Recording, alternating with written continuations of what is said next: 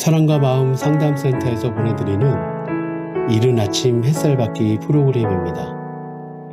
이 시간을 통해 하나님의 말씀에 나를 비춰보며 나 자신을 성찰하는 시간이 되시길 바랍니다.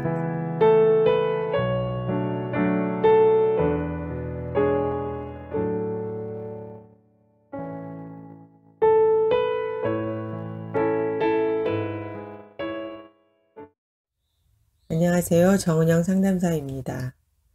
저는 매주 주일 3부 프로그램인 영성의 길을 걷는 제자훈련을 받으면서 6일간의 창조와 안식 교재 내용을 저에게 적용하여 보았습니다.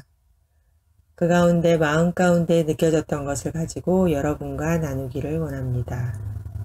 주제는 넘어지게 하는 거치는 돌이 되어주신 예수님이라는 말씀을 가지고 나누겠습니다. 본문 말씀은 이사야 8장 13절에서 15절 말씀, 베드로전서 2장 6절에서 7절 말씀입니다. 그가 거룩한 피할 곳이 되시리라. 그러나 이스라엘의 두 집에는 거치는 돌, 걸리는 반석이 되실 것이며 예루살렘 거민에게는 함정, 울무가 되시리니 많은 사람들이 그로 인하여 거칠 것이며 넘어질 것이며 부러질 것이며 걸릴 것이며 잡힐 것이니라. 성경에 기록되었으되 보라 내가 택한 보배로운 모퉁이 돌을 시온에 두니 그를 믿는 자는 부끄러움을 당하지 아니하리라 하였으니 그러므로 믿는 너희에게는 보배이나 믿지 아니하는 자에게는 건축자들의 버린 그 돌이 모퉁이의 머릿돌이 되고 또한 부딪히는 돌과 걸려 넘어지게 하는 바위가 되었다 하였느니라. 그들이 말씀을 순종하지 아니하므로 넘어지나니 이는 그들을 이렇게 정하신 것이라. 저의 신앙생활은 자기의 의와 믿음의 의를 분별할 수 있게 되면서부터 하나님을 진정으로 섬길 수 있게 되었습니다. 저의 과거의 신앙생활을 뒤돌아보았습니다. 자기의 의로 신앙생활을 하고 있다는 것을 분별할 수 없었기에 스스로 거룩을 추구하며 거룩해지려고 애썼습니다. 택함받은 백성, 구원받은 자라는 선민의식과 그 증거들을 가지고 나아가야 했기에 믿는 자답게 살려고 애를 썼고 그리고 그 신앙의 증거들을 하나님께 예물로 드렸습니다. 구원을 스스로 노력하여 내 힘으로 이루려 하면서 하나님께 불순종하는 줄도 모른 채 신앙생활을 하고 있었던 것입니다. 처음에는 행위로 열심히 하였다는 기쁨과 뿌듯함이 있었습니다. 그러나 시간이 지날수록 몸은 지쳤고 마음으로는 억지로 하였기에 기진맥진하는 상태가 반복되었습니다. 마음의 쉼은커녕 속으로는 불평불만만 늘어갔습니다. 그런 내가 양심에 걸려 죄책감에 시달렸고 새벽 기도에 열심을 내어 그것들을 가리려고 했습니다. 그러나 주님과 함께하는 교회에서 신앙생활을 하게 되면서 예수님은 저에게 거치는 돌과 걸리는 반석이 되어주셨습니다. 왜냐하면 목사님을 통하여 전해주시는 말씀이 저의 거짓된 신앙을 철저하게 들춰주셨기 때문입니다. 나는 나의 유익을 위하여, 나의 원함을 채우기 위하여 교회에서 제시하는 신앙생활을 철저히 하려고 했습니다. 나를 위하여 다른 예수, 다른 영, 다른 복음을 믿었던 것을 인정하기까지 너무도 오랜 세월이 걸렸습니다.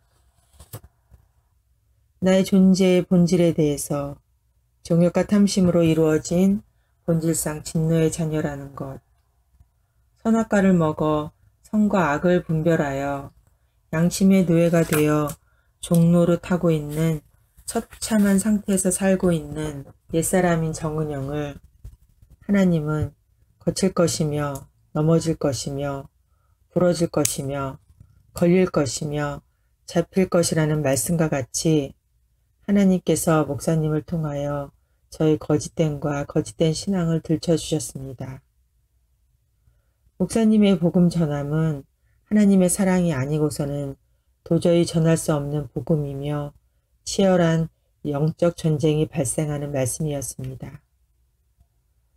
저는 인정하기보다는 창피하고 숨고 싶어서 말씀을 거부하며 복음을 전하는 자를 참담하게 만들었습니다. 그전에는 내가 이런 상태인 것조차 모르고 있었고 무슨 말씀을 하는지조차 알아듣지 못했던 저였으나 지금 뒤돌아보니 도저히 빛이 비춰질 수 없는 깊은 바닷속과 같은 저의 마음이었습니다. 또한 흑암과 같은 땅인 나의 마음에 예수 그리스도의 빛이 비춰진다는 것. 이것은 말로 표현할 수 없는 하나님의 놀라운 은혜이며 사랑이었습니다. 하나님이 이같이 우리를 사랑하셨은즉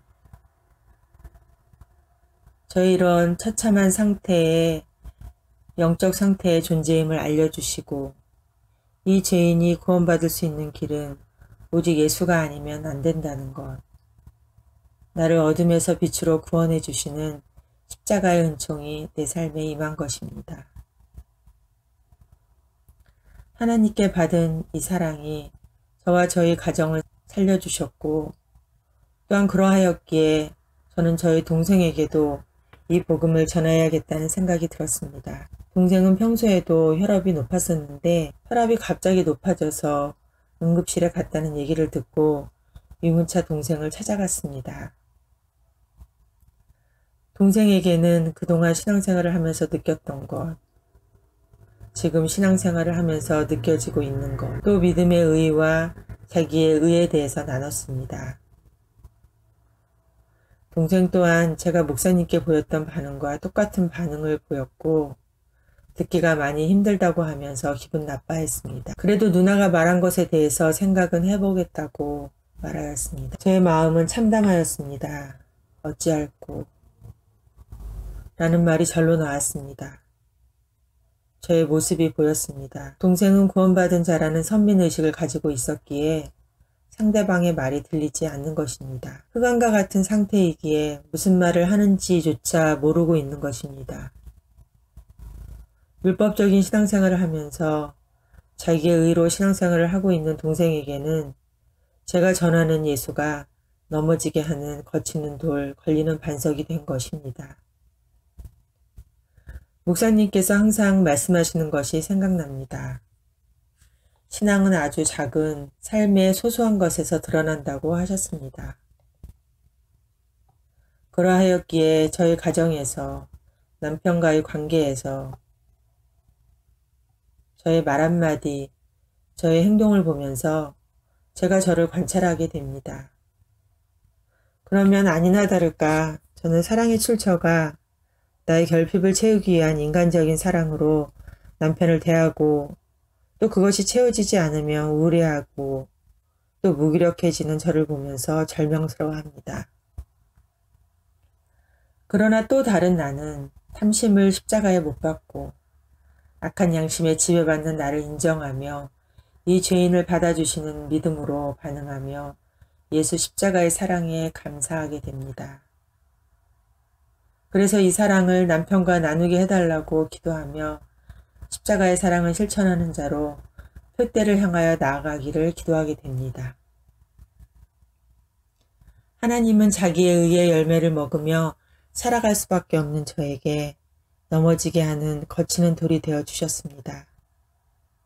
예수 십자가의 대속의 은총을 믿는 믿음으로 살아갈 수 있는 피할 길을 알려주셨습니다. 그러하기에 오늘도 일용할 양식을 먹으며 자기 의를 추구하는 신앙이 잘못된 신앙임을 깨닫게 해주시는 넘어지게 하는 거치는 돌이 되어주신 하나님의 사랑에 반응하며 이 하루를 살아가기를 간절히 기도합니다.